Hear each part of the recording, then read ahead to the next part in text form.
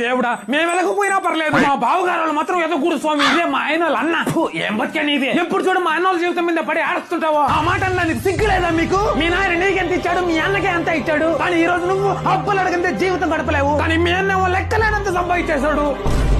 నీ పిల్లకాయలు ఈ రోజుకి ఉద్యోగాలు లేక హైదరాబాద్ లో మంకుతున్నారు, కానీ ఆయన పిల్లకాయలేమో పెద్ద పెద్ద ఉద్యోగాలు చేస్తున్నారు. అదంతా ఎలా అయింది అనుకుంటున్నావు? చిన్నప్పటి నుంచి ప్రతి విషయంలోనే నిన్ను మోసం చేస్తూనే వచ్చారు.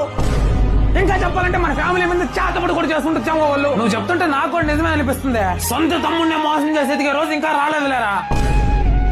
మీరు నాలా ఎదగాలని నేను మొదటి నుంచి ఎన్నో సలహాలు ఇచ్చాను మీకు, కానీ ఏ రోజు నా మాట వినింది లేదు. మీరు ఏం చెప్పారు? మనం ఎంత కష్టపడి పని చేస్తున్నా ఏదో ఒక ఇబ్బందులు వస్తున్నాయంటే దానికి అర్థం ఏంటి? మన జాతకంలో కూడా ఏదో ఒక లోపాలు ఉంటాయి కదా. మొదట్లో నేను కూడా మీకన్నా ఎక్కువ కష్టాలు పడ్డానయ్యా. ఇంట్లో ఆర్థిక సమస్యలు, ఏ వ్యాపారం పెట్టినా నష్టాలు, ఆరోగ్య సమస్యలు, ఇలా సతమతం అవుతున్న టైంలో మహానుభావుడు గురువు గారు నరసింహరాజు గారు గురించి తెలిసింది. ఆయన దగ్గర ఒక్కసారి జాతకం చూపించామయ్యా. మా సమస్యలు తగ్గట్లు తమలపాకులు అంచనా వేసి మా సమస్యకు సరైన పరిష్కారం చూపించాడు ఆయన. ఆ రోజు నుంచి మేము పట్టిందల్లా బంగారం అయింది. మరి ఎలా కలవాలా గురువు గారిని? ఏమి లేదమ్మా, ఇదిగో ఇక్కడ కనిపించే నంబర్ కి డైరెక్ట్ గా ఒకసారి ఫోన్ చేసి మాట్లాడండి. మన సమస్య ఏదైనా సరే, ఉద్యోగ సమస్యలు, కుటుంబ సమస్యలు, ఆర్థిక, వ్యాపారం, నరదృష్టి, ఇలాంటి ఎటువంటి సమస్యలున్నా సరే కేవలం 5 రోజుల్లోనే సరైన పరిష్కారం చూపిస్తాడు ఆయన.